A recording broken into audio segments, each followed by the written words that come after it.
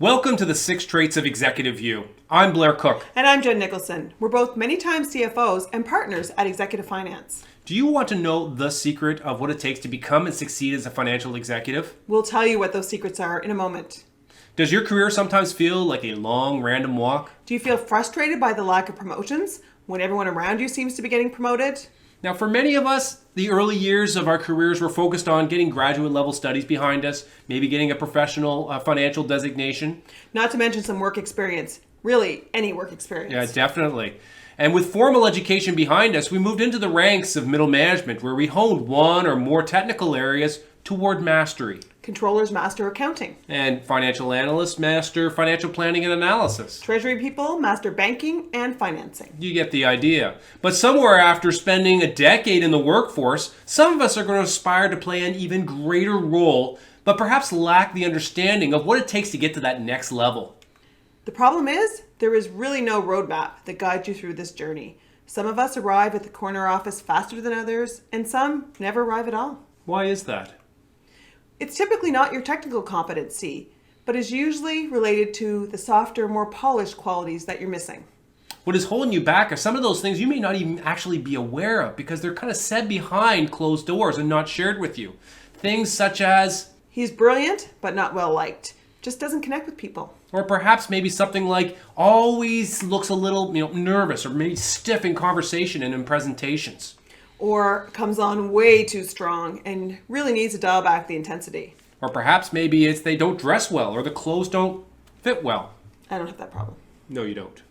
Or perhaps they're easily distracted and go down into the weeds with far too much information. Very common challenge for many financial professionals. And perhaps it's even this one. They lack the confidence and come across as tentative and meek. The 6 traits of executive presence are the difference between a financial professional and a financial executive. For a financial executive, It's accepted and expected that you have mastered your technical competencies. it's also assumed that your enabling competencies are well honed. What will ultimately differentiate you is how you demonstrate each one of the 6 traits of executive presence. In this course, we tackle relationship building, Building strong relationships with loyal followers and an enviable list of contacts that can bring to the workplace expertise and business opportunities. influencing decisions based on relationships and credibility, When we begin conducting business based on the relationships and the connections we have with our contacts. consciously developing deeper relationships with people through proactive relationship management. If you've listened to us this far, we believe you are one of those self-motivated financial professionals and looking to accelerate your path to the corner office. Join us now to learn more about ways to build stronger relationships. Okay. Welcome to this course on building your executive presence. I'm Jen Nicholson, many times CFO and co-founder of Executive Finance Partners. The transition from financial professional to financial executive requires you to let go of your focus on being a one-person technical specialist. Thus, having the competency to build and maintain strong relationships is at the core of every great executive. As a financial executive, you will lead teams of financial professionals, forcing you to let go of some of the technical detail. The people on your team were chosen in large part because of their technical skills. They are assumed and expected to have these skills already. Your job as a leader is to develop your teammates as leaders. More broadly, as a financial executive, you must position yourself and your finance function as a business partner across the organization and a trusted advisor to the executive team and the board of directors. Further still, it's imperative that you foster strong relationships with external financial stakeholders, including banks, investors, customers, and suppliers. In this course, you are going to understand emotional and social intelligence to better understand all relationships in your life. This will help you improve your understanding of reading body language to allow you to react to situations with more sensitivity. You will learn how to navigate office politics, and don't we all want to know how to deal with those?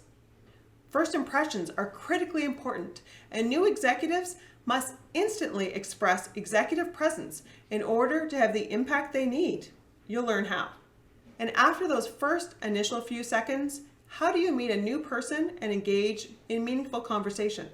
Finally, let's work through a framework to help you proactively build personal and professional relationships. This is not a small undertaking, but it's crucial to your success as a financial executive. Let's see if we can give you some ideas. Let's get started.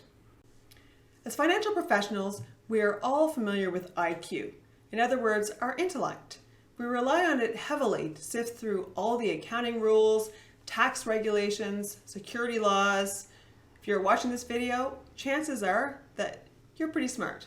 Your IQ has helped you get where you are today. But to move beyond the technical stuff, we need to understand and develop our emotional and social intelligence. Emotional intelligence was popularized in 1995 when Daniel Goleman described how our ability to recognize our own emotions and the emotions in others can be used to guide thinking and behavior. Since then, many others have put their own spin on this. Think of emotional intelligence as how we manage our own issues and our own reactions. You can self-assess your own awareness of emotional intelligence issues by completing exercise number 3, part 1, in the workbook that accompanies this course.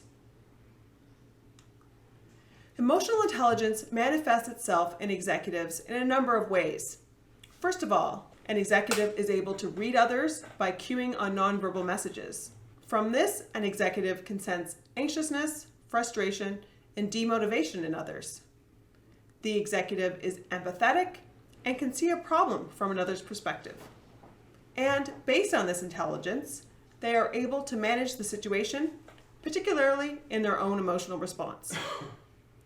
They are able to avoid overreacting, getting angry, or showing disappointment when triggered by negative stimuli. And in doing so, they are able to better navigate toward a successful outcome while preserving the relationship. Social intelligence is one's ability to navigate and negotiate complex social situations. Social intelligence draws upon your own self-awareness as well as your ability to recognize different social contexts. Social intelligence is about how you are perceived by others and what you can do to manage that perception. There is often a fine line between cultivating a perception of loyalty and approval and coming across as egotistical or narcissistic. It's really important to figure out where that line is. You will develop your social intelligence to get ahead using personal relationships with people. Where emotional intelligence is about managing our own inward reactions, social intelligence is how we manage outwards. Social context is integral to the life of the executive. It includes how you manage office politics, how you initiate and build relationships in social situations, how you develop conversational skills, and how you manage conflict. Harrison Monarth wrote a book entitled Executive Presence, and in it he identifies 7 things we can do to develop our own social intelligence. Petting a dog helps. Raise your sense of social intelligence by practicing it every day. Build self-awareness of your own strengths and weaknesses. Be authentic. Have honest conversations, build relationships, admit mistakes, forgive others, ask and offer help whenever you can. Communicate simply. Complement social intelligence with emotional intelligence by being empathetic and always thinking about the other person's feelings in every interaction. Practice active listening to really gain what the other person is thinking and feeling. And use more of your senses to improve social intelligence. For the rest of this course, let's focus ideas for using our understanding of emotional and social intelligence to build stronger relationships. The path to the corner office is laden with landmines. The most deadly of these is office politics. Office politics can wreak havoc with realizing your potential if all your good work gets undermined by rumors and innuendo and rubbing people the wrong way. In this lesson, you'll learn how to manage office politics. Zoller and Preston, authors of Enhancing Your Executive Edge, define workplace politics as the use of power within an organization for the pursuit of agendas and self-interest without regard to their effect on the organization's efforts to achieve its goals. In other words, when we start thinking about ourselves instead of thinking about the collective interests of the organization.